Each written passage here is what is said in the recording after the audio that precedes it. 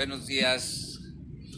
Esperamos empezar puntualmente, como es costumbre de nuestro señor secretario.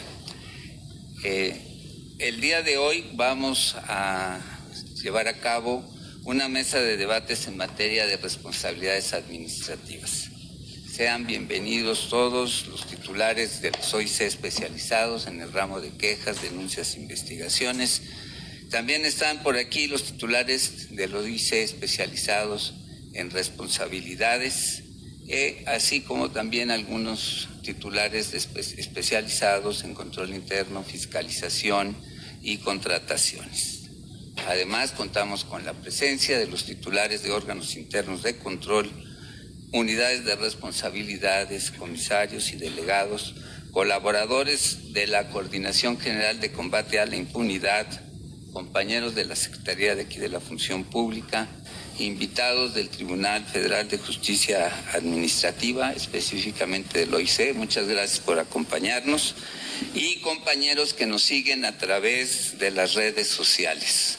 Buenos días a todos, sean ustedes bienvenidos. Todos nosotros estamos interesados en escuchar a nuestro principal invitado para que a través de un intercambio de puntos de vista en materia de responsabilidades participen los servidores públicos de las distintas áreas involucradas en esta materia. Con ello, quiero dar cumplimiento al compromiso que hice delante de ustedes el pasado 28 de junio, al finalizar el conversatorio Detección y Combate a la Impunidad, de que el magistrado compartiera e intercambiara opiniones con las personalidades que hoy nos acompañan. Con ello, doy cumplimiento a la palabra empeñada. El día de hoy tendremos la participación en esta mesa del magistrado Julio Sabines Chesterkin, magistrado presidente de la tercera sección del Tribunal Federal de Justicia Administrativa, del doctor Javier Vargas Empualteca, titular del órgano especializado en quejas, denuncias e investigaciones de esta Secretaría, el licenciado Alejandro Ruiz Sánchez, director general de Responsabilidades Administrativas, y el licenciado Enrique Quiroz Acosta, titular de la Unidad de Responsabilidades en Petróleos Mexicanos. Moderará la mesa la maestra Katia Karina Rodríguez Ramos, titular de la Unidad Sustanciadora y Resolutora de la Secretaría. Como no vienen hoy a escucharme a mí, le cedo la palabra a la maestra Rodríguez Ramos para que en su calidad de moderadora lleve a cabo los trabajos de esta mesa. Muchas gracias por asistir.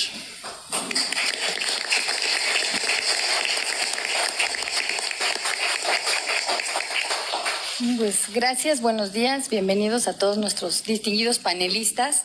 Sin duda este foro nos permite analizar casos, experiencias reales, discutir desafíos y soluciones para que lo público funcione con probidad y con honradez. Así es que sin mayor preámbulo le voy a ceder el uso de la voz. A continuación le voy a ceder el uso de la voz al doctor Enrique Quiroz. Bienvenido, doctor. Muchísimas gracias a don Efraín Álvarez Caborto por organizar este evento. Me congratula mucho y lo agradezco. También agradezco desde luego al señor secretario y al señor coordinador general de órganos vigilancia y control. Y para mí debo decir primero que nada que es un privilegio ubicarme en esta mesa con tan grandes juristas y también, ¿por qué no decirlo?, grandes amigos a quienes les tengo profundo respeto y afecto. A ver, voy a tratar de ser lo más sintético posible, aunque a veces no se me da. En lo que se refiere al primer tipo, al establecido en el artículo 54 de nuestra ley, uno de los problemas principales que tenemos es la acreditación de que el beneficio indebido fue respecto de algunos terceros que son ocultos. aquellos que pueden o mantienen una relación con aquel acto a que nos referimos. Aquí, en efecto, es muy difícil acreditar justa y precisamente ese beneficio indebido. Claro, cuando hay parentesco no hay ningún problema, pero cuando se tratan justamente de otro tipo de entes o sociedades, nos encontramos con algunos problemas. Miren ustedes, siguiendo criterios de órganos jurisdiccionales, en ocasiones, para que nosotros logremos ir más allá de este aspecto, lo que nosotros hacemos es que nos ubicamos en la segunda de las hipótesis del artículo 54 de la ley.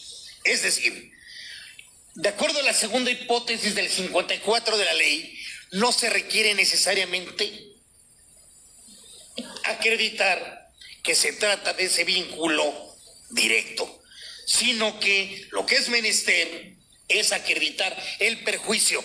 No me refiero, desde luego, al perjuicio de carácter patrimonial, de carácter civil, sino un perjuicio al Estado, a la sociedad, a la administración pública, al gobierno. En ese sentido es como lo debemos interpretar. De otra parte, déjenme decirles que otro aspecto interesantísimo de este tipo es que se debe de tratar de actos arbitrarios. Miren ustedes, siguiendo la doctrina que se va estableciendo gracias a los órganos jurisdiccionales, gracias a los tribunales, podemos distinguir dos ángulos cuando nos referimos justo y precisamente a este tipo de perjuicio. De una parte, desde el punto de vista objetivo, de otra desde el punto de vista justamente subjetivo. Desde el punto de vista objetivo, un acto arbitrario es aquel que no está sustentado en la normatividad aplicable. Y desde otro ángulo, del ángulo subjetivo, es aquel que parte de una voluntad caprichosa, de una voluntad que no está conforme con la ratio legis, decimos pomposamente en la doctrina. Es decir, que no está conforme al sentido de la ley.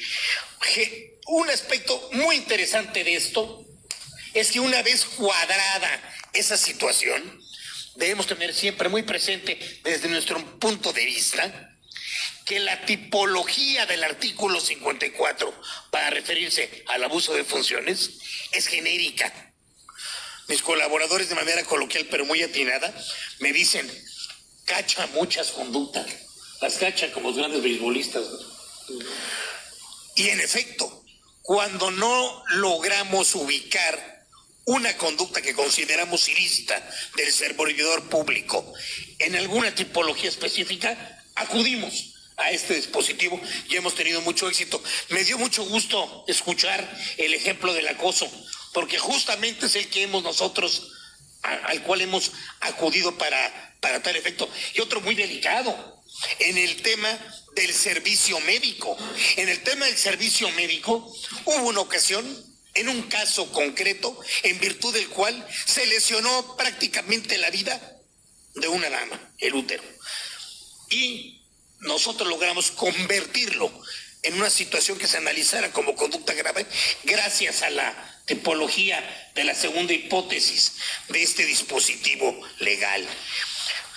De otra parte, déjenme comentarles que en cuanto a los elementos del tipo a los cuales aludió el señor magistrado presidente de la sala y era jurista, yo estoy totalmente de acuerdo con él. A ver, debo plantear que desde el punto de vista pedagógico yo mismo le he pedido a mis colaboradores que sí acudan a esta metodología del elemento personal, el elemento conductual, el circunstancial y el positivo. ¿Y saben por qué? Por dos motivos. Uno pedagógico y el otro porque muchos tribunales, señor magistrado presidente, lo utilizan. No es que necesariamente lo adoptemos. Por ejemplo, el elemento circunstancial en ocasiones no necesariamente es útil, pero por lo menos repasarlo tiene cierto grado de utilidad. Es muy importante señalarles a ustedes en este tipo también que lo que sí se tiene que evitar es el beneficio indebido que se generó para tal efecto, o bien el perjuicio es uno o lo otro, o el beneficio indebido, o bien el perjuicio a un individuo o al propio servicio público del Estado, porque con ello se afecta a la propia sociedad. Pasaría rápidamente al enriquecimiento oculto. Déjenme decirle que los hechos no declarados no necesariamente tienen que ser legales o ilegales para que se configure el tipo. El punto es la falta de veracidad. Es una acción precisamente por omisión o por ocultar el patrimonio o por ocultar el uso o disfrute. Y la salvaguarda de que sea justificable o razonable cabe para las dos hipótesis, a pesar que de la letra del propio dispositivo no es muy claro en ese sentido. Ese sería el sentido, digamos, garantista que debemos darle. Por otra parte, el tema de la carga de la prueba aquí tiene una connotación muy importante.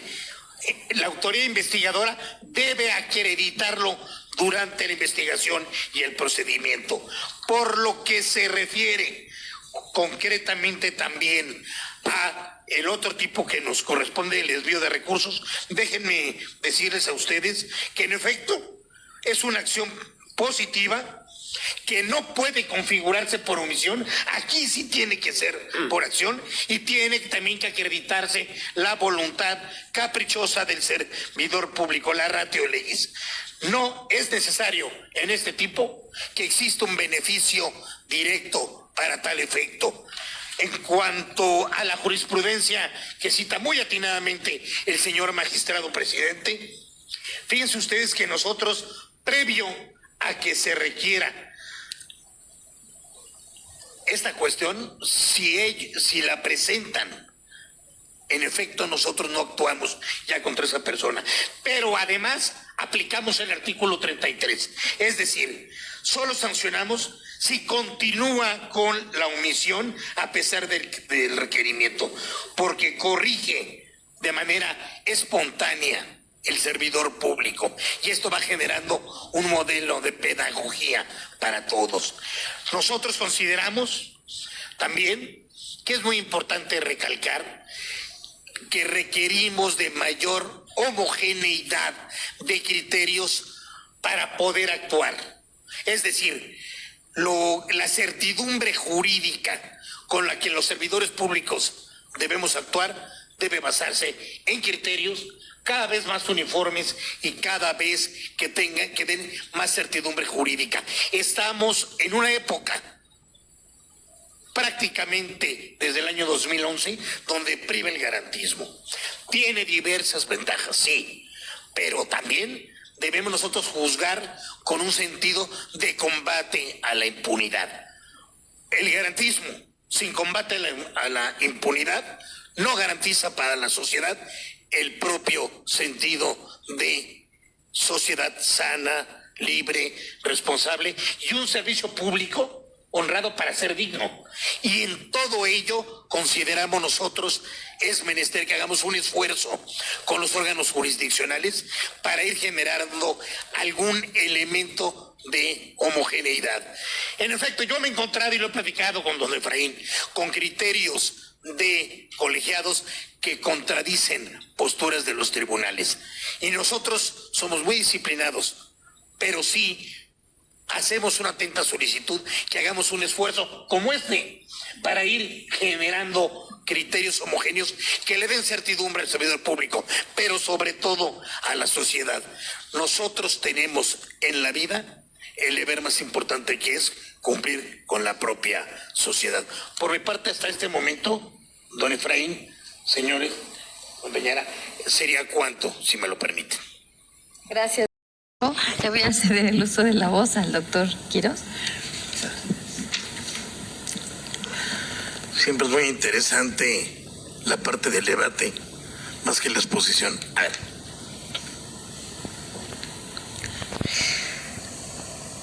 La verdad de las cosas sí es que empecé yo diciendo que la tipología que establece el artículo 57 es tan genérica que nos permite en ocasiones acudir a ella, sobre todo cuando existe la posibilidad de quedar impune una conducta.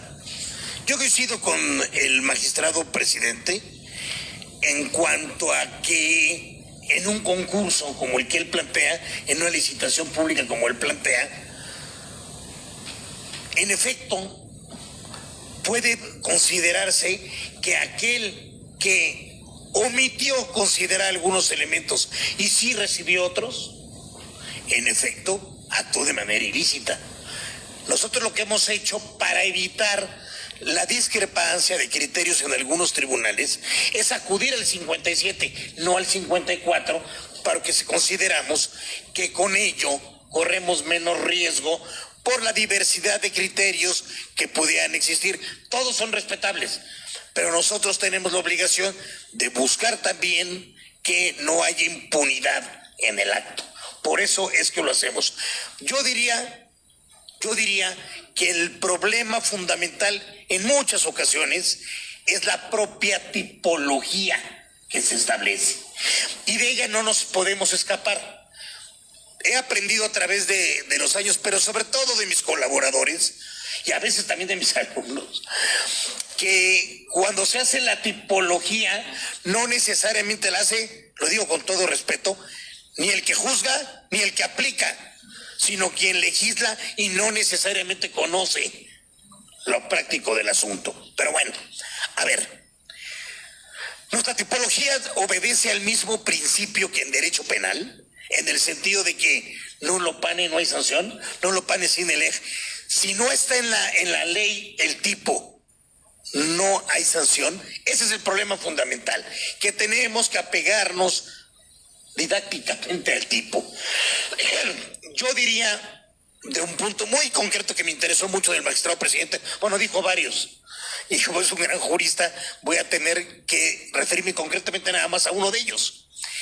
En cuanto hace a el que no se requiera un daño económico para que en efecto exista un desvío de recursos, yo considero que de acuerdo a la tipología no se requiere justa y precisamente que haya un daño económico. Yo tuve un caso, por ejemplo, de desengrasantes que se compraron en la empresa y se utilizaron para otra cosa distinta al propio objeto. Y la realidad es que en la adjudicación no se encontró ninguna ilicitud, pero sí en el destino que se le otorgó, porque en ocasiones se compra arbitrariamente algo, que es un elemento del tipo, se manda a otra asignación porque fue deliberado que se compró para mandarlo para allá, y ahí sí nos cuadraría en el tipo. Yo estoy consciente que habiendo un daño económico, en efecto sería más grave. Lo que sucede, regresando al tema de la licitación, que es apasionante, es uno de nuestros grandes temas, es que no necesariamente, lo que yo sostengo, es que encuadra con el tipo del artículo 54, sino que pudiera encuadrar en el del 57. Y es un problema del criterio de hasta dónde la tipología es tan estricta como en materia penal. Perdón. De otra parte, quisiera yo comentarles que coincido, cuando yo acudo a los elementos del tipo, el elemento circunstancial no necesariamente cuadra, es más, puede hasta distorsionar respecto de los elementos. En ese sentido, yo creo, habría que ser muy cuidadosos en nuestro análisis y en la metodología que seguimos para tal efecto. Pero yo diría, perdonen por el término, de salida, es un instrumento útil, perfectible y no generalizado, pero lo pudiéramos llevar a cabo. Ese sería mi punto. Con mucho gusto, doctor. De la voz al doctor Enrique Quiroz. Muchas gracias. A ver, yo diría tres cuestiones tratando de ser lo más concreto posible sobre el particular. En cuanto a la pregunta concreta, ¿debe la autoridad investigadora precisar el estudio de los elementos que configuran la comisión de la falta administrativa grave en el IPRA, desde nuestro punto de vista, sí, la autoridad investigadora tiene la carga procesal de llevar a cabo ese estudio. A mí me parece muy atinado que el señor magistrado presidente haya citado los dispositivos legales respectivos. En cuanto al artículo 100, y me refiero concretamente al segundo párrafo, primero, calificada la conducta, se debe incluir en el IPRA precisamente en una labor de substanciación. ¿Para qué? Para identificar los elementos del tipo administrativo, y aquí sí, explicando cómo se actualizaron precisamente los mismos. Es lo que denominamos en la doctrina la teoría del caso. Es decir, elemento fáctico, elemento normativo y elemento probatorio. Segundo punto, hay que identificar en efecto la infracción que se imputa con toda claridad y las razones mismas del encuadramiento hipotético respectivo. ¿Cuál fue la falta que se cometió? Y hacer la razonabilidad del caso. Y tercero, precisamente, tres cuestiones muy importantes. Para remontar la presunción de inocencia, para estarse a los estándares de prueba, es allá, es más, pues es para justamente también para remontar la duda razonable, y de otra parte, con todo ello, demostrar la veracidad sobre los hechos que acreditan la existencia de tales faltas. Es concretamente el objeto de la prueba. Muy bien. Dicho lo anterior, nosotros lo que intentamos, partiendo de esta base, es hablar en el idioma de los señores juzgadores. Hace muchos años, yo no tengo tantos, pero bueno, siendo yo un bebé, escuchaba yo a un exministro de un exministro presidente de la Corte que me decía: mire, cuando yo trabajé en la administración pública, aprendí algo muy práctico, a veces doloroso. Estése al criterio de quien lo va a juzgar. Y yo con los años le contesté al entonces ministro presidente: señor, sí me voy a estar ese criterio, pero también voy a tratar de influir en esos criterios, porque eso también es mi misión, la propia sociedad. Esa ecuación no es sencilla, esa ecuación es muy compleja en la práctica y se vivifica en el IPRA precisamente. Déjenme decirles que en la calificación del poder determinar precisamente la gravedad, debemos hacer un análisis de los hechos para subsumirlos precisamente ahí. Estos análisis de los elementos fácticos en ocasiones sí nos llevan metodológicamente a tomar los elementos del tipo en el estudio que hacemos, en la clasificación jurídica, en las pruebas para acreditarlo. Desde luego, estoy cierto, los seres humanos cometemos errores y en los IPRAs seguramente existen, pero también muy diversos órganos de control, y me consta, compañeros míos, han logrado influir positivamente en los órganos jurisdiccionales, que son de carne y hueso, quienes lo tienen, y un pedazo de pescuezo, igual que nosotros. Lo hemos logrado. En todos lados también hay gente de buena fe, y logramos también, bajo ese espíritu, alcanzar criterios. Muy a pesar, de que en nuestro gremio, lo debo de reconocer, hay una gran vanidad. Estoy a sus órdenes. Bueno, en realidad, déjenme decirles que hay un punto muy importante desde mi punto de vista. Por aquí lo traje deliberadamente, pero se los voy a decir. A ver, uno es en la doctrina le llaman el due process of law, el debido proceso legal. Esto lo quiero encuadrar en el mandato constitucional, en el artículo 14 constitucional. A ver, para cualquier derecho, para aplicar cualquier derecho en ámbito de privación, no de molestia, primero el juicio, luego la privación. Y el propio mandato constitucional del 14 nos señala precisamente que las autoridades, cuando están juzgando, primero deben estarse a la letra, después a su interpretación jurídica y después a los principios generales del derecho. Acto seguido, en el siguiente párrafo se señala: cuando se trata de juicios de orden criminal, queda prohibido imponer por simple analogía y aún por mayoría de razón alguna que no esté acreditada en la ley exactamente aplicada al hecho. Yo coincido totalmente en lo que aquí se ha expuesto.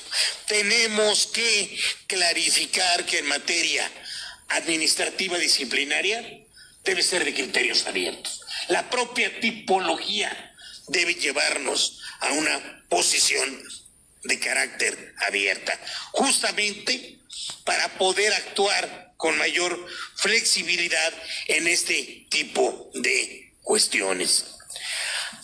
Aquí déjenme decirles que aún cuando tenemos ciertos elementos comunes en nuestras propias unidades, en nuestro propio ámbito, existen debates concretos sobre cada particular.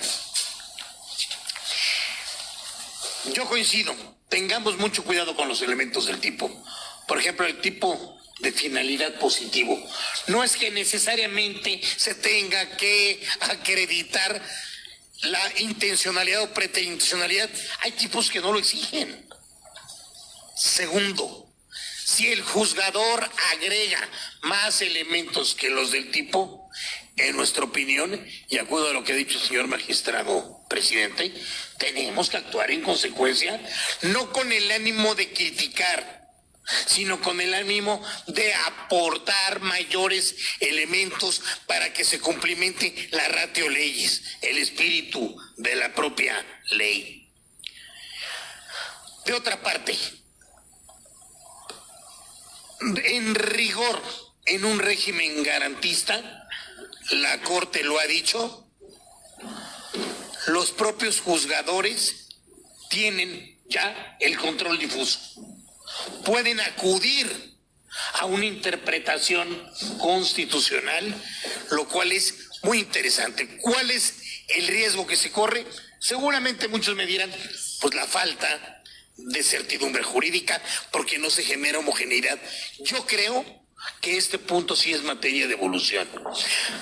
En concreto, se tiene que evolucionar en el criterio de la tipología para el derecho administrativo. Las cuestiones administrativistas cada vez tenemos que reflejar con mayor cuidado una tipología de carácter abierta, sensata, y que se clarifique desde la propia ley qué elementos son respecto de su calidad distintiva, si la hay, respecto del ámbito de la tipología penal.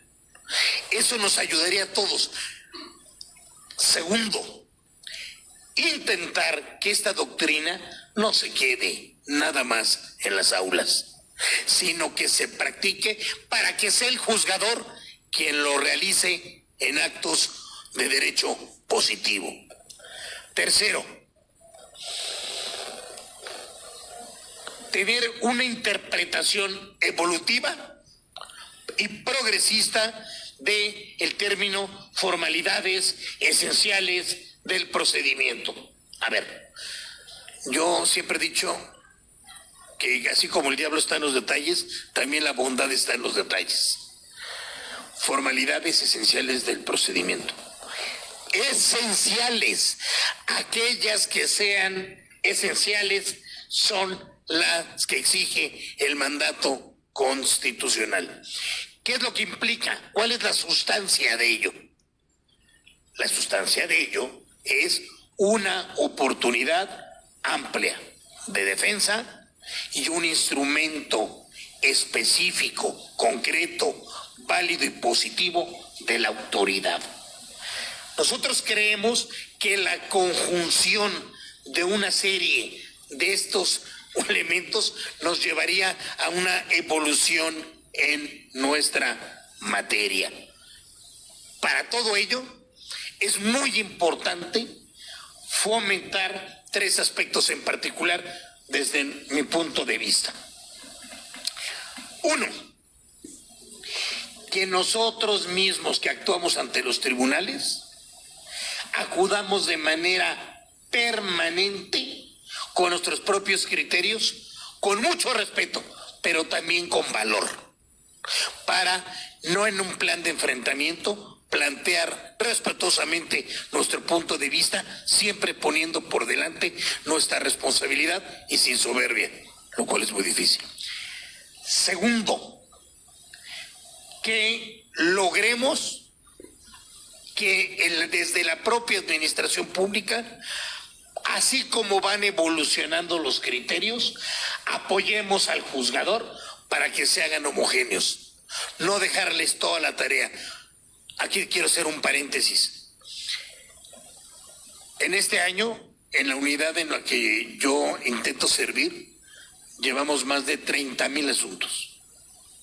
A ver, ya ni quiero pensar cuántos hay en la Administración Pública Federal. Pero imagínense ustedes los juzgadores, cuántos asuntos tienen que resolver. Verdaderamente, en ocasiones yo digo que es un trabajo que debe ser el más humano y que tiene una consideración más inhumanitaria. Por lo tanto, necesitamos, con respeto a la jerarquía, con respeto a la competencia de cada uno, trabajar coordinadamente con ellos. Y tercero, y creo que esto es fundamental, desde nuestra óptica, pensar que realmente se cumplimenta el Estado de Derecho si todos y cada uno de nosotros actuamos desprendidos de posiciones subjetivas y con respeto a la autoridad jurisdiccional. Ese sería mi punto de vista sobre el IPRA. Muchísimas gracias. Gracias, doctor. A continuación le cedemos el uso de la voz al doctor Enrique Quirós.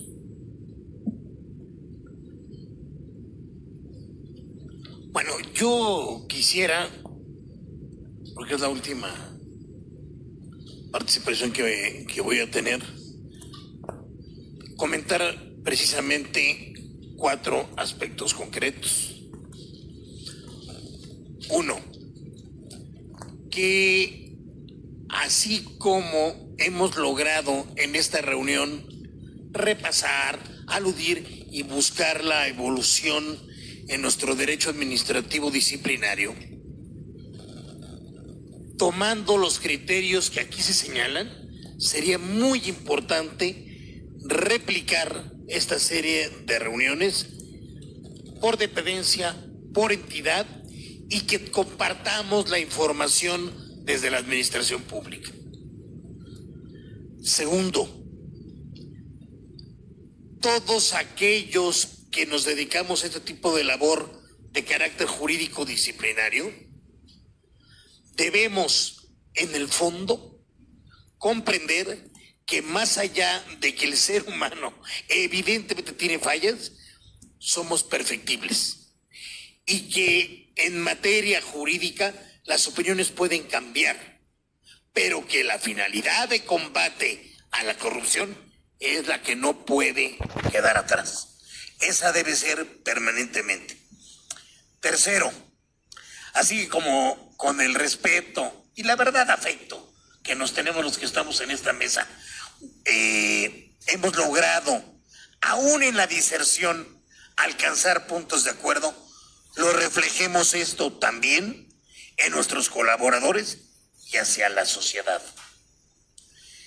Siguiendo con este orden de ideas y para finalizar, yo les diría, yo mismo he sido crítico de acciones que en mi trabajo he enderezado gracias a las críticas de mis colaboradores. En el caso concreto que siempre me viene a la mente de los IPRAS y que tengo muy reflejado en diversas ocasiones es en el señalar con claridad en el IPRA la finalidad objetiva y no en el sentido de que hubo una finalidad del acto, sino que si se obtuvo o no un beneficio, si se obtuvo o no un perjuicio, y no quedarnos en esa formalidad del término, porque en ocasiones los términos no son tan afortunados para describir lo que estamos realizando. A mí me parece que la descripción que hacemos en el IPRA como autoridades investigadoras tiene que ser sólidamente argumentada y también debe ser precisa y clara. Es muy difícil por el cúmulo de asuntos, pero eso es en lo que debemos evolucionar conjuntamente. Y finalmente, señalar que yo pienso que cualquier ser humano en cualquier actividad lo que tiene más difícil es juzgar al de al lado, juzgar al de enfrente, juzgar al prójimo y juzgarse a sí mismo. Y nuestra labor es llevar ante juzgadores cuestiones que pudieran afectar la vida de los seres humanos y la sociedad, así que debemos trabajar todos en conjunto para lograrlo de manera coordinada. Nuestro modelo debe ser sistémico. El IPRA debe ser la conclusión de todo el sistema que involucró la queja, la investigación y el procedimiento para poder actuar correctamente. A mí me parece que si logramos ello, habremos avanzado. Me llevo varias tareas, señor magistrado presidente, me llevo varias tareas y yo me reitero siempre la orden, no dejando de hacer un reconocimiento también, si ustedes me permiten esa licencia, a mis colaboradores. Yo día con día aprendo de cada uno de los señores delegados, algunos aquí presentes, cada día aprendo de los abogados, coordinadores y dictaminadores, porque tengo la fortuna de contar con un equipo muy profesional, del cual trato, aunque no se me da muy bien, humildemente aprender diario. Muchísimas gracias a todos ustedes. A todos los participantes, la puntualidad y el respeto del horario. La Secretaría, como parte de la educación que nos ha hecho el señor secretario, es ser puntuales. Iniciamos puntuales y creo que vamos a terminar a tiempo. Creo yo con este evento he cumplido con la palabra que tenía yo empeñada de organizar este evento con la ayuda de todos los compañeros y principalmente con la del magistrado. Este será, creo yo, el último evento y deseo de todo corazón que la propia administración siga teniendo el interés de traer este tipo de mesas, de diálogo, de platicar con nuestras autoridades del tribunal, quienes son los que terminan revisando nuestro trabajo y que son los únicos y en la última instancia que va a decir si las autoridades, tanto investigadoras como sustanciadoras y resolutoras, hicieron su trabajo con eficacia. Es muy agradable para mí, es un honor para mí en este momento hacerle entrega un reconocimiento a nombre del señor secretario al magistrado que se encuentra este día con nosotros, así como a los integrantes de la mesa de diálogo de esta ocasión. No sin antes quiero cerrar diciéndoles que para que el combate a la corrupción sea un éxito, tenemos que ver que la impunidad no quede, o sea, que los actos de los servidores públicos no queden impunes cuando cometen una falta administrativa. Muchas gracias, señor magistrado.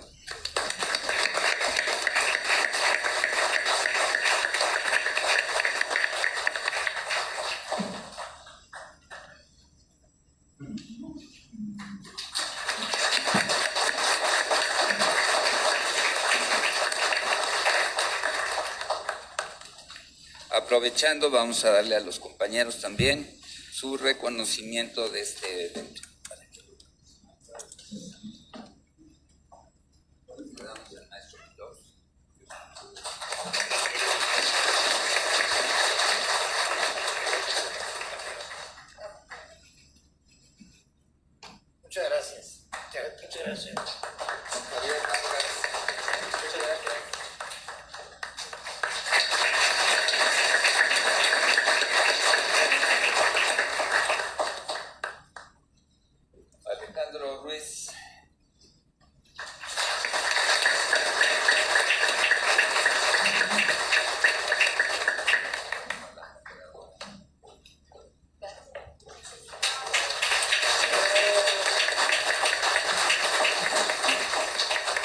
Pues muchas gracias a todos por asistir y los compañeros que nos ven a distancia, muchas gracias por la atención que le prestaron a esta transmisión. Buenas tardes a todos.